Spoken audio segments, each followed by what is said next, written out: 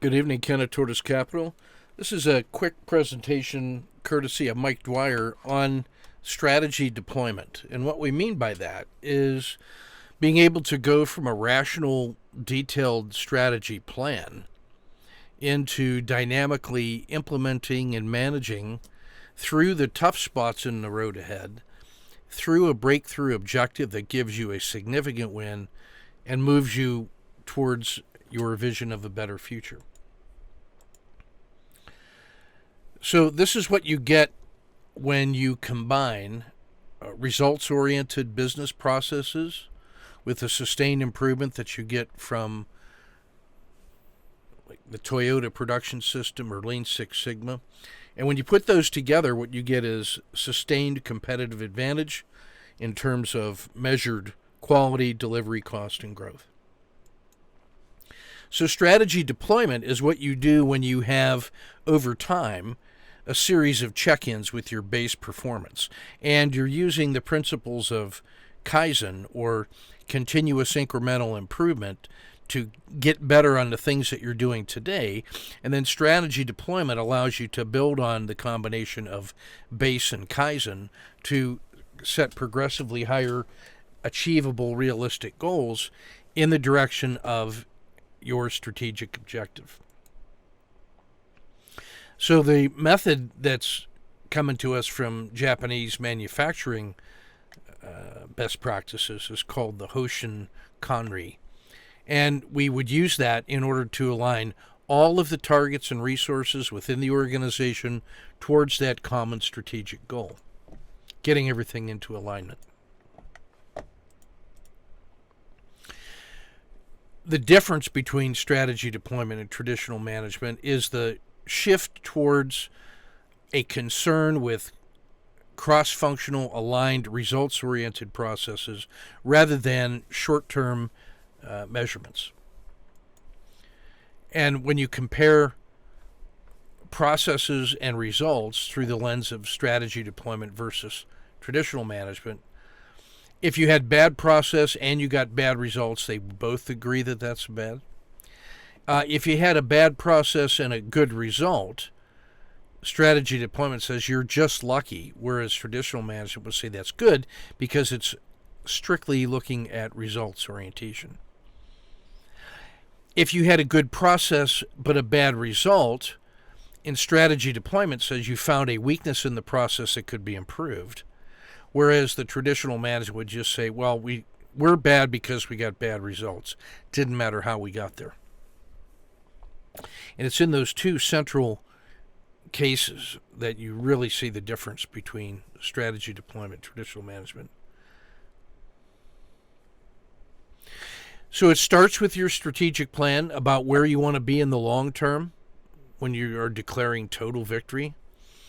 And the policy deployment, or the how to travel towards the top of that hill, is derived from that strategic plan. But that's the start point rather than the end point. And we can think then of a breakthrough as a significant change, an aha moment, if you will, seen through the eyes of the customer or from the end user if you're looking at internal customers. So you have to stretch to get past the status quo to get to that significant breakthrough. And it normally is going to take a whole team pulling together, an organized, aligned team. And there's usually not a standard or system that exists for that breakthrough because the status quo got you to where you are and is concerned with those short-term wins, whereas we need to pull something together that's new, fresh, creative in order to get to the big win. So daily management is a necessary but not sufficient condition for policy deployment. You have to have SOPs. You have to have processes that can be managed and improved in a systematic way in order to make improvements in that process through the use of improved policies. So daily management would consider all of these elements, what we do every day, We would look at the explicit connections between different departments or processes. There's usually a standard way of doing that work. And through the use of Kaizen or quality circles or local continuous improvement, we're getting better. And we might be monitoring our performance through key performance indicators.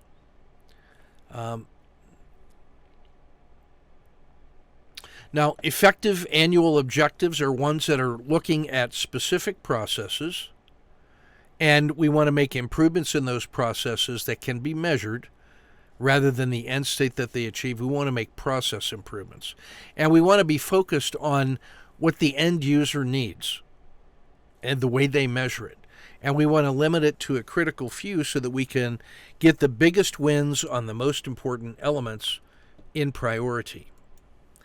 And so there is a critical thinking process behind the strategy deployment in the sense that it's analytical and systematic in addition to being creative. We actually are combining both.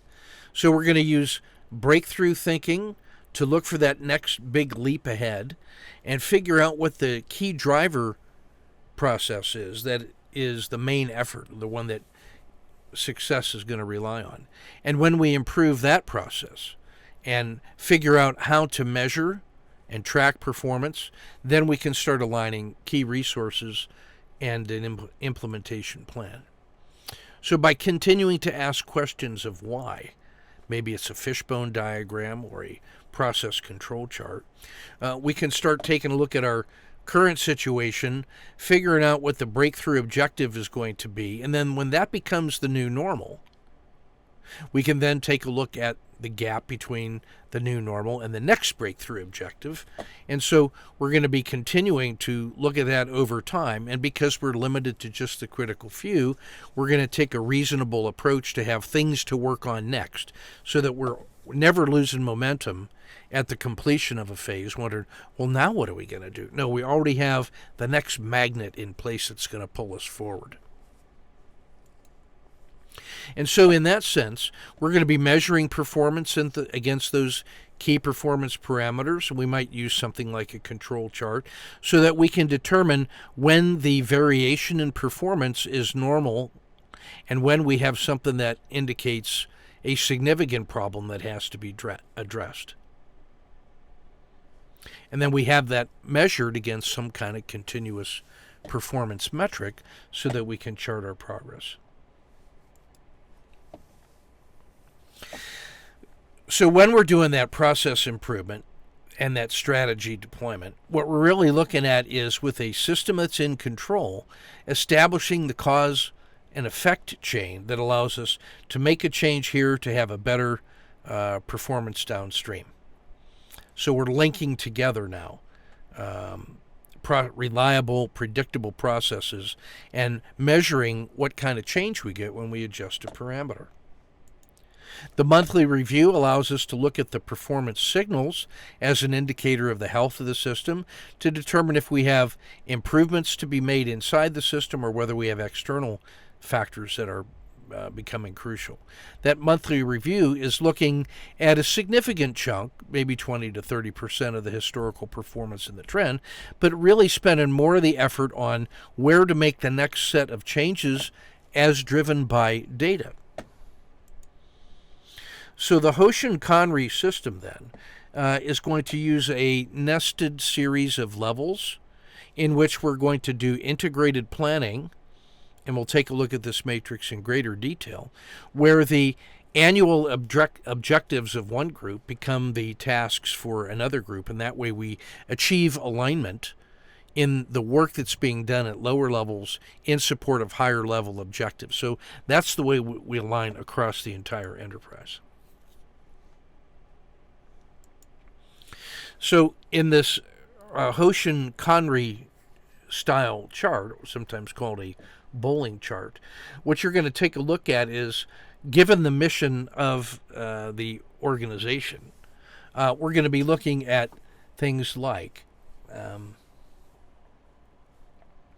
the benefits of achieving our vision and goals, the major breakthrough objectives of the next 3 to 5 years, then a list of specified annual objectives, and then we can crosswalk all of our benefits. So the benefits of achieving the goal can be seen through which breakthrough objectives are in support of achieving those visions. And then the annual objectives that we have are mapped against the 3 to 5 year objectives. And then as we take a look at the resources and the timing, we can start looking at how we break out those annual objectives through time and resources with specific measurable targets that can be achieved as a consequence of those activities.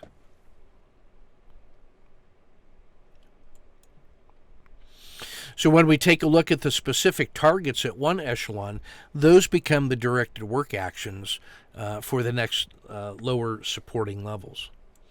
And when you put all that stuff together on one sheet, you can actually track important things like the breakthrough objectives that we're trying to achieve, the specific annual objectives that are going to be the next steps on the critical few in support of the larger objectives, determining how and when and whom we're going to be deploying resources in support of those tasks, and then that gives us objective measures of how to manage our performance through time. As we achieve objectives and achieve our stretch goals, then we can modify our annual objectives plan to go on to the next logical set of critical few next steps. So, thanks for your kind attention.